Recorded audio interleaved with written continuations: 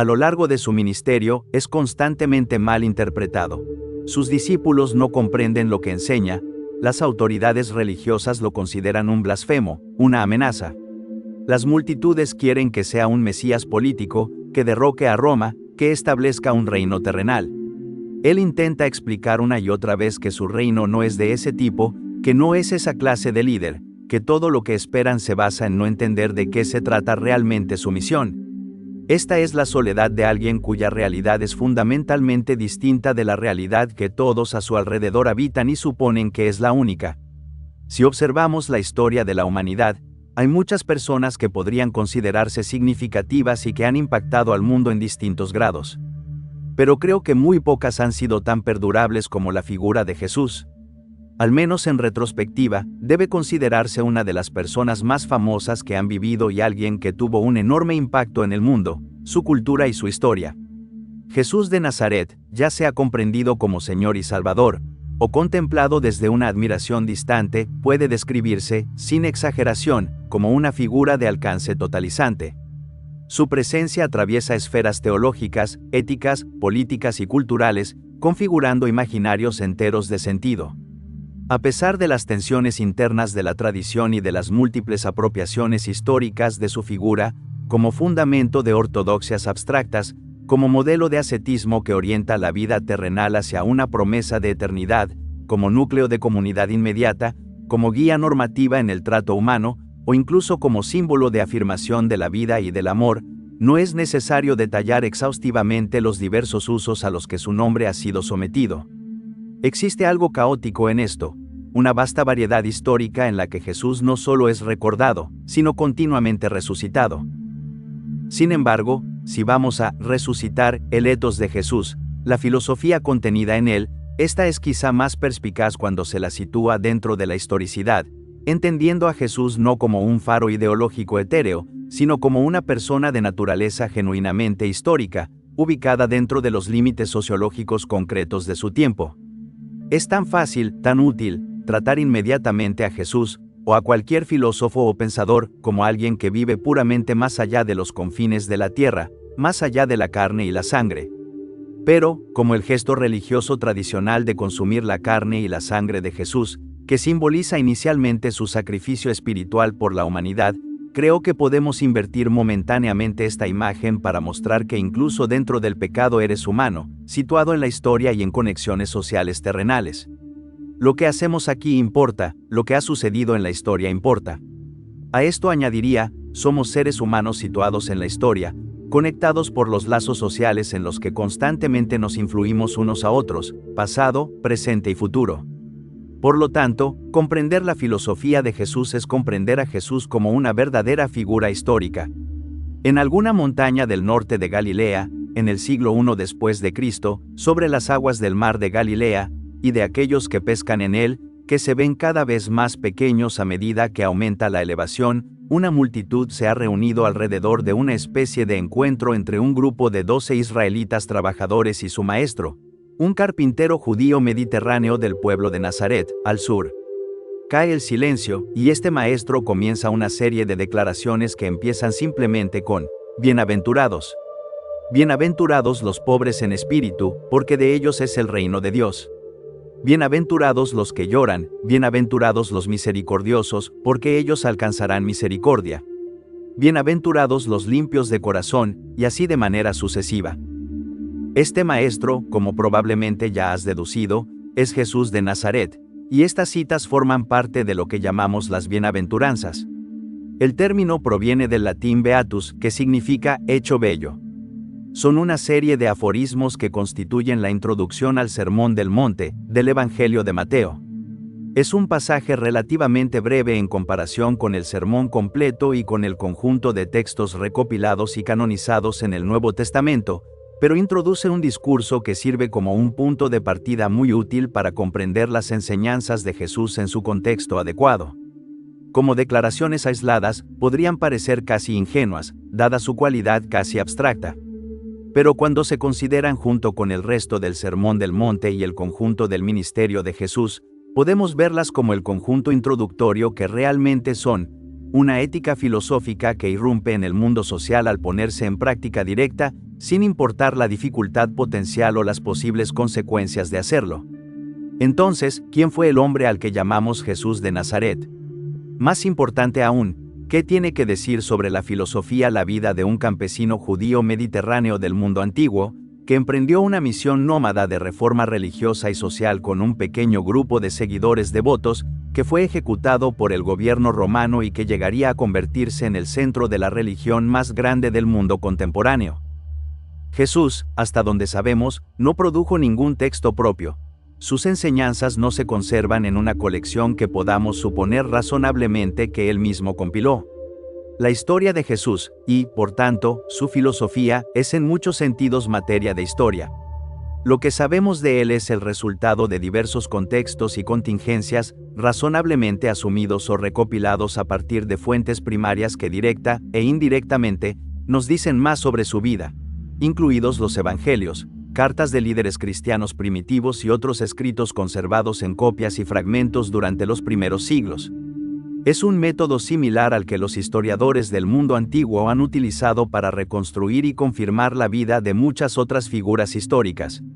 Del mismo modo que hemos aprendido sobre la vida de otros personajes de esa época, conocemos la vida de Jesús a través de las diversas reinterpretaciones e imágenes de su vida, su mensaje y su visión del mundo. Y es precisamente en este aspecto donde Jesús se presenta como figura filosófica, porque, como veremos, la filosofía existe en gran medida en movimiento, como un medio a través del cual las personas viven e interpretan el mundo social. Como maestro, y podríamos decir, como filósofo, Jesús defendió una reforma social radical dentro del judaísmo del Segundo Templo, cuestionó ciertos elementos del dominio romano y promovió una reconfiguración radical del yo bajo la soberanía de un Dios de alcance universal. En el núcleo de muchas de sus enseñanzas se encuentra la ética, una ética que opera en conjunto con relatos de milagros y afirmaciones de su divinidad. Comúnmente conocemos a Jesús como la figura espiritual en el centro del cristianismo, sin embargo, no olvidemos que su divinidad está siempre íntimamente conectada con su tiempo y su lugar, situada dentro de la historia, dentro de los límites inmediatos de la humanidad, las necesidades y el desarrollo humanos, y cómo las personas, los individuos, se relacionan con los núcleos más amplios de la humanidad. A lo largo de los múltiples evangelios bíblicos, y en Mateo directamente después de pronunciar el Sermón del Monte, Jesús es abordado por un hombre afectado por lepra, quien se acerca, se arrodilla ante él y le dice: «Señor, si quieres, puedes limpiarme». Jesús extendió la mano y lo tocó, diciendo: «Quiero, queda limpio». Inmediatamente su lepra quedó limpia.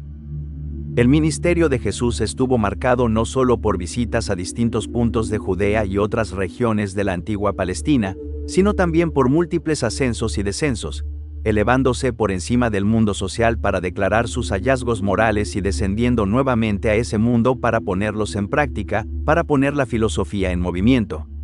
Este contraste nos permite ir más allá de las representaciones populares o evangélicas contemporáneas de Jesús como mera figura religiosa, y reintroduce las intersecciones entre pensamiento y práctica en la conversación sobre su ministerio.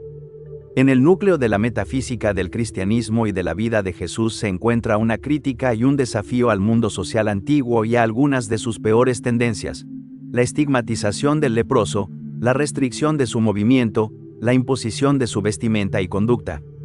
Todo esto queda anulado por la sanación milagrosa realizada por alguien que ha elegido vivir una vida transitoria, ascética y sencilla como forma de profundización del yo. La experiencia vivida, la historia de Jesús, es precisamente eso, experiencia material vivida. Nuestra comprensión de la historia se debilita cuando la abstraemos en exceso de lo material. La teoría histórica es amplia, pero influye en casi todos los enfoques intelectuales. Hoy seguimos teniendo perspectivas históricas que no solo niegan, sino que a menudo eliminan totalmente la relación entre individuos, sociedad e instituciones. Algo vacío, no relacional, que existe puramente en un ámbito abstracto. Al acercarnos a la historia del cristianismo y la vida de Jesús, su carácter crítico original suele quedar eclipsado por su posterior crecimiento institucional, que abarcó gran parte de la historia humana: el Sacro Imperio Romano, el Papado, reacciones como la Inquisición española, una fuerza ideológica más reciente, rígida y negadora de la vida que sostuvo aristocracias, y paradójicamente, Rechazó al leproso, a los culturalmente indeseables y a las multiplicidades que constituyen la experiencia humana genuina. Pero, nuevamente, estas cosas solo pueden comprenderse relacionalmente en su situación dentro de la historia humana. Por ello, algunas de las críticas más influyentes contra el cristianismo en las últimas décadas han provenido del fenómeno cultural conocido como el nuevo ateísmo. Figuras como Sam Harris y Richard Dawkins alcanzaron notoriedad a partir de una crítica frontal a la religión, con especial énfasis en el cristianismo institucional y organizado. Sin embargo, puede sostenerse que gran parte de ese enfoque opera en un nivel excesivamente abstracto. Con frecuencia, su análisis se concentra en la coherencia lógica de las creencias religiosas, pero presta escasa atención a los contextos estructurales, políticos y económicos en los que el cristianismo ha surgido, se ha transformado y ha ejercido poder. El resultado es una crítica que, aunque siendo incisiva en el plano doctrinal, tiende a desatender el análisis material y relacional de la religión como fenómeno histórico y social. Y si algo resulta insuficiente en filosofía social, es precisamente la denuncia descontextualizada de las creencias, desligada de las relaciones históricas que les dieron forma. En un mercado ateniense, en algún momento del siglo IV a.C., entre el bullicio cotidiano de personas que van y vienen de puesto en puesto y de callejón en callejón, si miramos con atención podemos ver a un hombre descansando dentro de un pitos, un gran recipiente de almacenamiento ordinario en la sociedad griega tras la edad del bronce y del hierro. Es Diógenes de Sinope, el enigmático filósofo cínico conocido por su réplica mordaz y su crítica incisiva. Se encuentra allí de manera llamativa, quizá conversando con un perro, paseando con una lámpara encendida a plena luz del día o realizando actos en público que podrían parecernos de mal gusto. Para los cínicos como Diógenes, toda convención y toda acción merecían ser reevaluadas. Escuela de pensamiento popularizada en el siglo IV a.C., el cinismo se definía menos por modos especulativos de pensamiento, como en la tradición platónica, y más por la puesta en práctica de su cosmovisión, un conjunto de comportamientos que enfatizaba la libertad personal frente a la convención social como medio para vivir éticamente de acuerdo con la naturaleza. Central en el pensamiento cínico es la ascesis, ascetismo, autodisciplina, práctica y entrenamiento.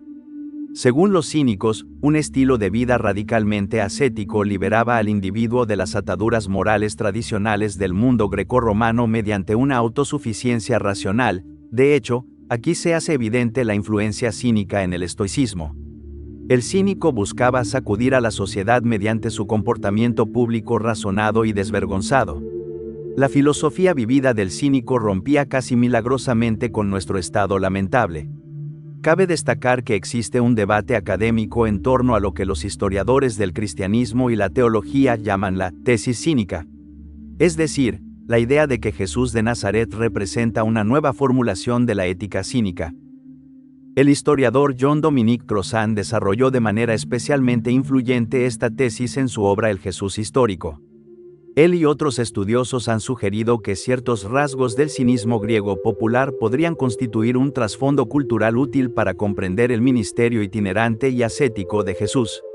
No se trata necesariamente de afirmar una dependencia directa ni una formación filosófica formal, sino de reconocer afinidades fundamentales dentro del mundo mediterráneo del siglo I.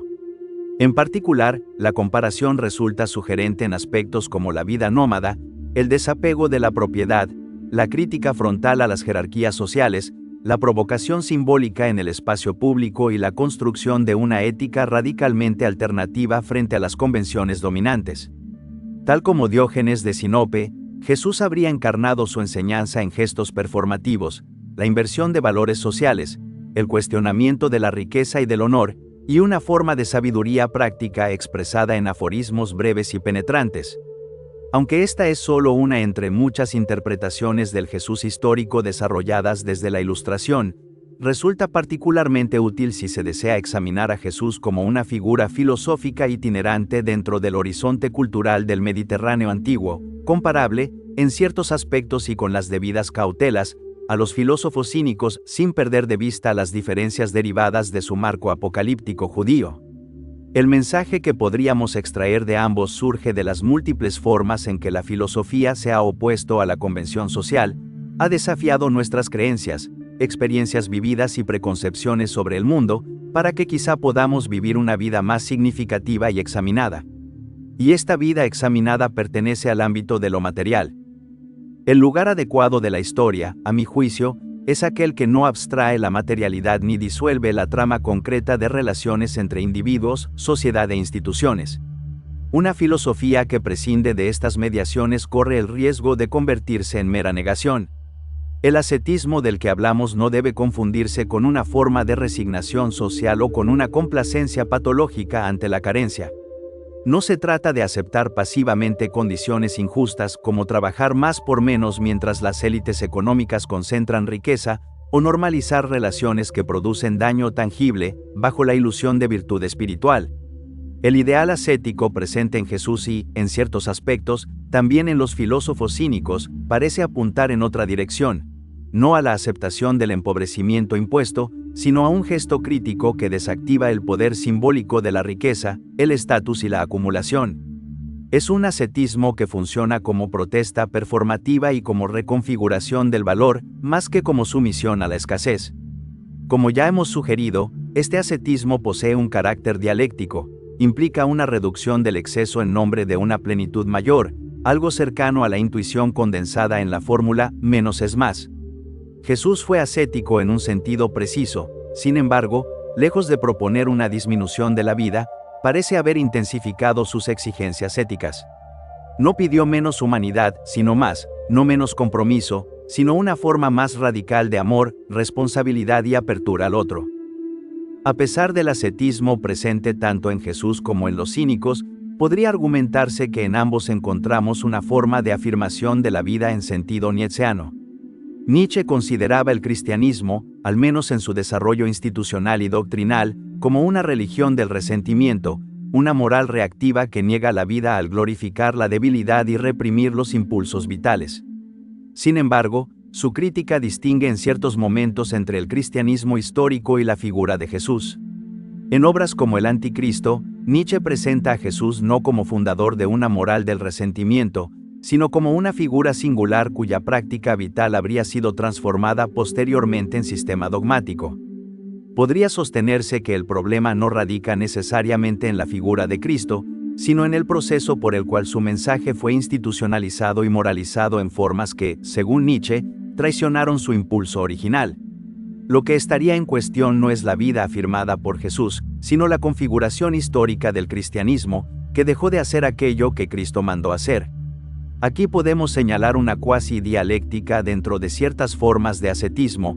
Es precisamente en ese proceso donde ganamos más, al filtrar el resentimiento, el exceso libidinal y alienado, para vivir dentro de la materialidad y reconocer los límites sociales. Desde una perspectiva hegeliana, el individuo solo se reconoce a sí mismo mediante la mediación de los otros y de las instituciones que lo rodean. El individuo y el colectivo no pueden existir el uno sin el otro. Aquí se revela una dicotomía tradicional que quizá convenga cuestionar: la supuesta separación entre individuo y comunidad, entre pureza y exclusión, entre dignidad y marginación. En la experiencia vivida de Jesús encontramos un principio decisivo: la ruptura del desprecio y del resentimiento hacia el leproso, el excluido, el extranjero. Lo que se afirma es una exigencia persistente de mayor humanidad, una nueva y persistente exigencia de más, una exigencia que dice que nosotros, los indeseables, los inmigrantes, los trabajadores, los aparentemente comunes, pero intrínsecamente especiales que hacen posible la existencia, no solo exigimos más, lo exigimos todo. Porque el mundo somos nosotros y nosotros somos el mundo. Desde la antigüedad, la resistencia a la persecución por parte de los poderes establecidos, ya sea por los romanos, por señores feudales, por las revueltas en plantaciones esclavistas, por huelgas laborales frente a fábricas de explotación, o por el rechazo contemporáneo a la esclavitud del sector servicios en el siglo XXI, muestra que la experiencia vivida solo puede comprenderse como experiencia compartida. Como figura histórica que practicó la filosofía a lo largo de su breve ministerio, Jesús de Nazaret nos recuerda cómo nuevas formas de ver surgen de circunstancias vividas que parecen casi milagrosas, cómo el nacimiento de nuevas posibilidades emerge siempre del intento de explorar los límites más profundos de la agencia humana, y cómo lo que significa vivir una buena vida o ser una buena persona es, en última instancia, materia de la historia. Tal como aprendemos de Søren Kierkegaard, Cristo no vino a fundar una doctrina, vino a exigir una decisión.